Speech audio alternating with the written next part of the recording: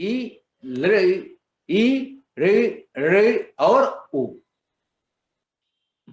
इसी क्रम से होंगे या, रा, ला, वा। उच्चारण स्थान इनके समान है, एक दूसरे के क्रमशः वही, उसी क्रम से स्वर, उसी क्रम से ये अंतस्थ व्यंजन। ई से प्रारंभ किया, आ तो बाद में आ रहा है, आ का कोई अंतस्थ नहीं होता, इसलिए अंतस्थ में 4 ही हैं, या, रा, ला, वा। तो इन 4 स्वरों के स्थान पर ये 4 अंतस्थ उसी क्रम से हो जाएंगे, जो उच्चारण स्थान स्वर का है वही उच्चारण स्थान जिस व्यंजन का अंतस्थ व्यंजन का है वो अंतस्थ व्यंजन हो जाएगा।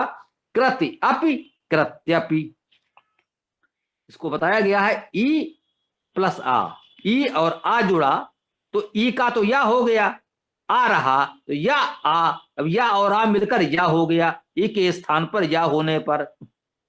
इसी प्रकार से अनु और अय जब जुड़ेगा तो अन्वय हो जाएगा, ऊ के स्थान पर वा होने पर ई का या हो गया, ऊ का वा हो गया, रे का क्या होगा, रा हो जाएगा। जैसे महा ऋषि महर्षि हम लोग कहते हैं तो वहां भी री का रा होता है, यद्यपि वो री बाद में आया है, ये भी ठीक है।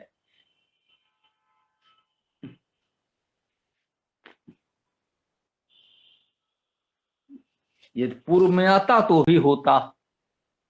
देखिए नियम 2, जब संयुक्त स्वर के बाद कोई असमान स्वर आता है तो ए के स्थान पर अय, ओ के स्थान पर औ, अय के स्थान पर आय, औ के स्थान पर आव हो जाता है। उच्चारण स्थान का नियम यहां भी वही है, यथावत है। अब संयुक्त स्वर है तो स्वाभाविक है आ भी आ जाता है वही, या वा यहां भी आया, आय और औ और आय और आओ। उदाहरण गो अंबर गवांबर, नौ ऋषि ना वृषि, रय अपि राय अपि। इसी क्रम से ये हमारे बन गए। विशेष हम जानते हैं कि संयुक्त स्वर मूल स्वरों से मिलकर बनते हैं तथा ई रे उ के बाद असमान स्वर आने पर वे क्रमशः या रा वा में परिवर्तित हो जाते हैं, या रा ला वा में परिवर्तित हो जाते हैं। वास्तव में इसी मूल नियम से अय आय औ आओ भी बनते हैं। देखिए इसको थोड़ा सा यहां बता दिया गया है, आप समझ सकते हैं।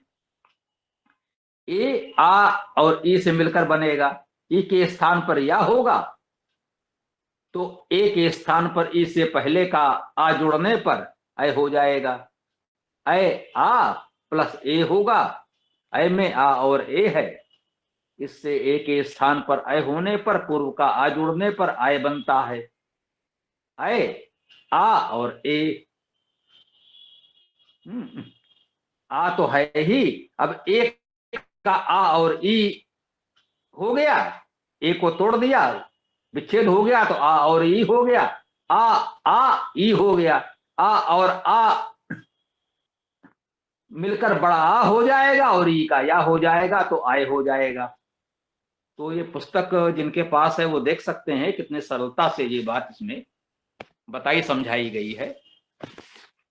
तो इस प्रकार से स्वर संधि का प्रकरण यहां पूर्ण होता है।